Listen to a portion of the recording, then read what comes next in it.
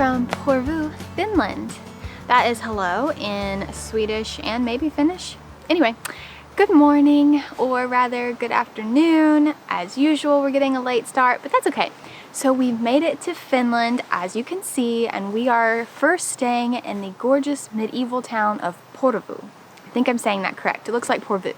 Anyway, we have found the most adorable Airbnb, which is just behind me. Super old, like 200-year-old cabin that our host has fixed up over time, Klaus. He is the sweetest. We will absolutely link it below. Y'all have to check it out.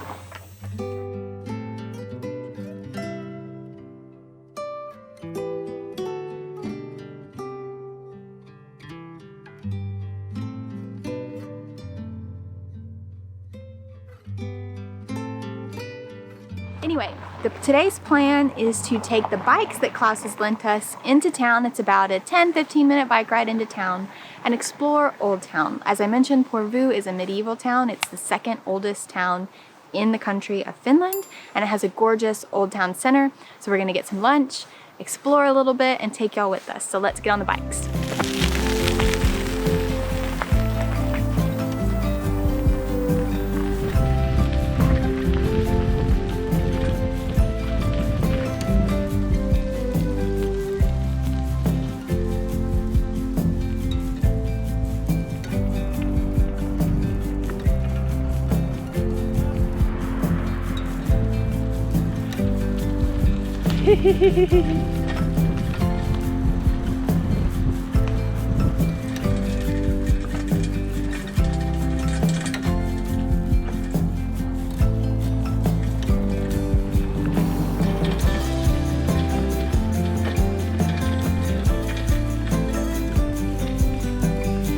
Okay, so we made it into the old town of Porvoo, and this is Klaus's bike that he lent us for a couple of nights.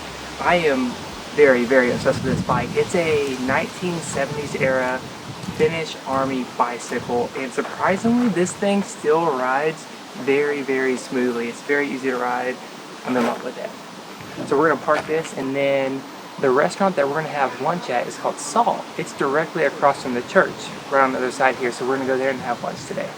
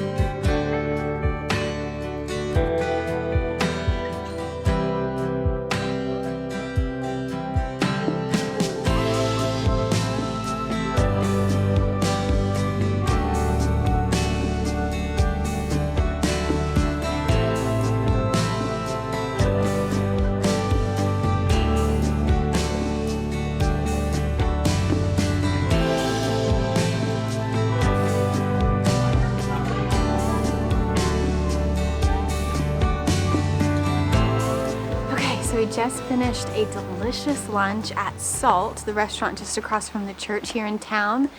We highly recommend. It's, you know, a nicer lunch. We had $2 can of soup for dinner, so we felt fine about it budget-wise, but it was really good. They do sort of a family style, sort of tapas, a little bit of everything.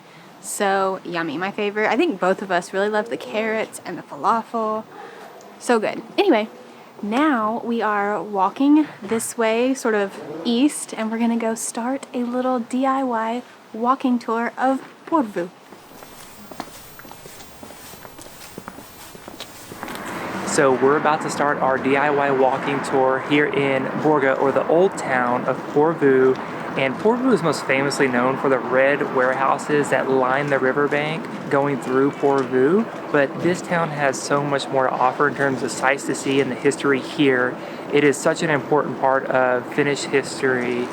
So a little history on Finland itself. Before the 1800s, Finland was actually under the control of the Swedish Empire. And then in the early 1800s, it was annexed to Russia, where it was a Russian territory for about a century, and Finland didn't become a country until the early 1900s.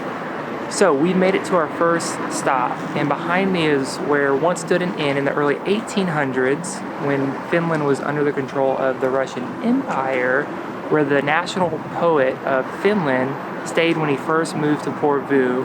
And so the story goes that the inn actually developed a special tart or pastry for Runeberg, which is now known as the Runeberg Tart, which we're hoping to try later on in the day.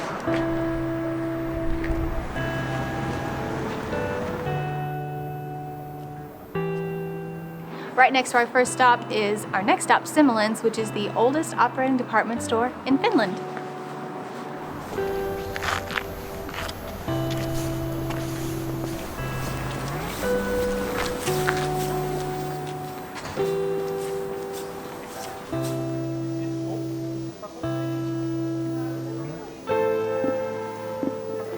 Okay, we've arrived to our third stop on the walking tour, which is directly behind me. It's the Old Town Hall of Porvoo, and this is one of the oldest town halls in all of Finland. It was built in the late 1700s, and in the early 1800s, this is where the nobility estates of the Diet, or Parliament of Porvoo, actually met that allowed Finland to become an autonomous region within the Russian Empire.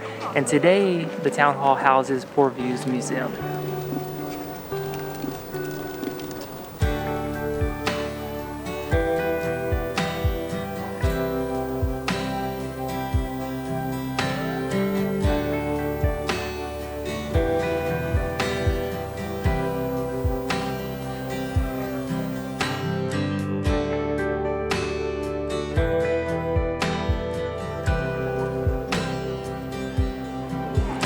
The red-orange building behind me is known as the Porvoo Castle. It's not really a castle, just a house, but it's famous for having a couple of very important guests. During that formation of Parliament that we mentioned, the Russian Emperor Alexander I and the Swedish King Gustav III both stayed here.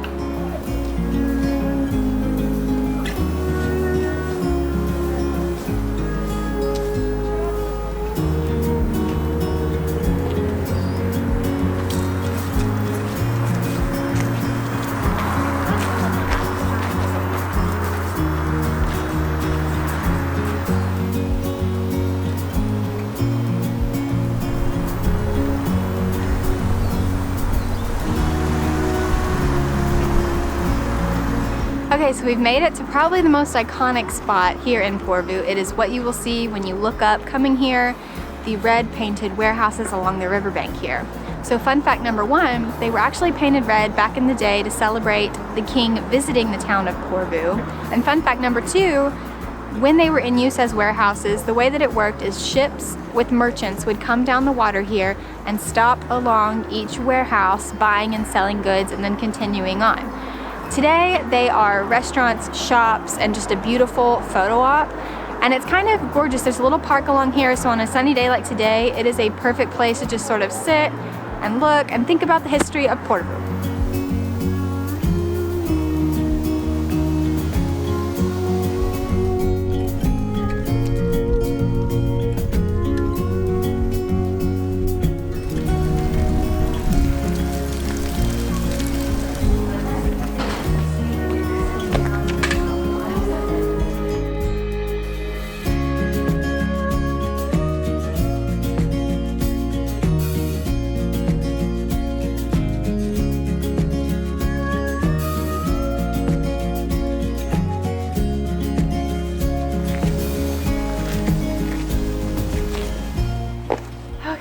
After stopping for a delicious treat, remember the one we mentioned earlier that was inspired by the poet Runeberg, the Torte? We found a shop that had them. It's actually really good, very sort of winter fall flavors, a thick, kind of like a coffee cake with raspberry on top. Delicious. It's just what we needed, honestly. We were feeling a little low energy, and now we are out again, and I am standing in front of the site of Runeberg, the poet, his home.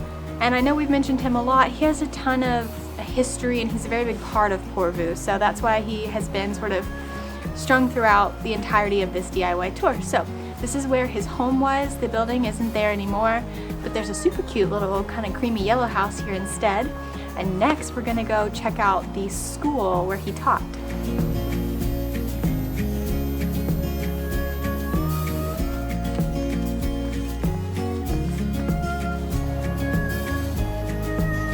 So right down from where Runeberg lived is the school where he taught, which is right behind me. And this is where he taught both Latin and Greek languages.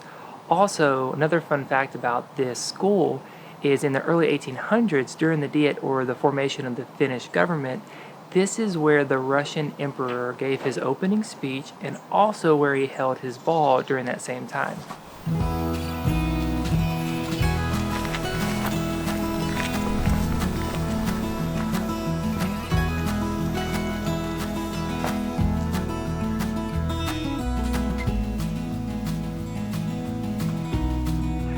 For our last stop today, I am in front of the Porvoo Cathedral. It is a gorgeous white building built in the 1450s, but even before that, there was a church on this spot as early as the late 13th century, so super old. The building itself has gone through different iterations as it's been plundered and damaged over the years. The current state of it, it's absolutely beautiful, was redone in 2008 after in 2006 an arsonist set fire to part of the church and pretty badly damaged it. So they did an excellent job restoring it, and now the church and the grounds around it are a beautiful place to come sit for a peaceful moment, and the sun sets just directly over the water right behind Jordan's shoulder. It's a great place to watch it come down and end the day in Porvoo.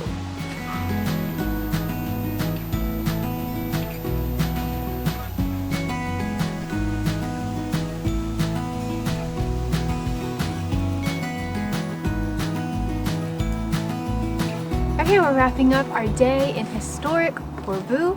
It was a great day learning all about the history, walking around the town. We highly recommend it. It's an easy day trip from Helsinki if you want to just take the bus in and out, or if you want a more leisurely pace, do a night or two like we did. We have loved it. We head out in the morning.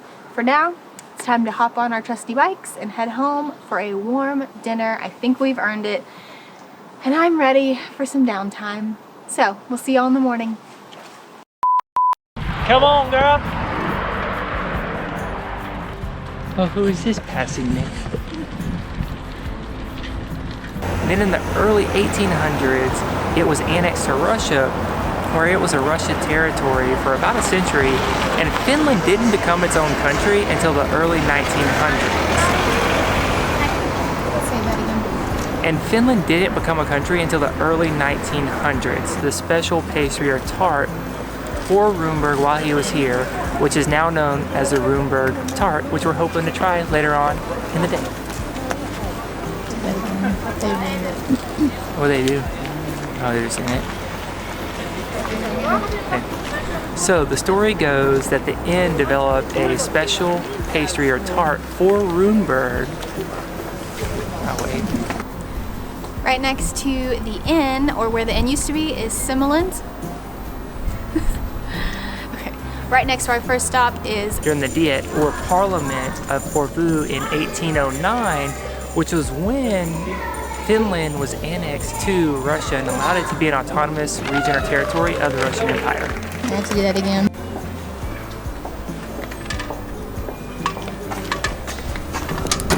What animal makes that noise? An Ashley monster.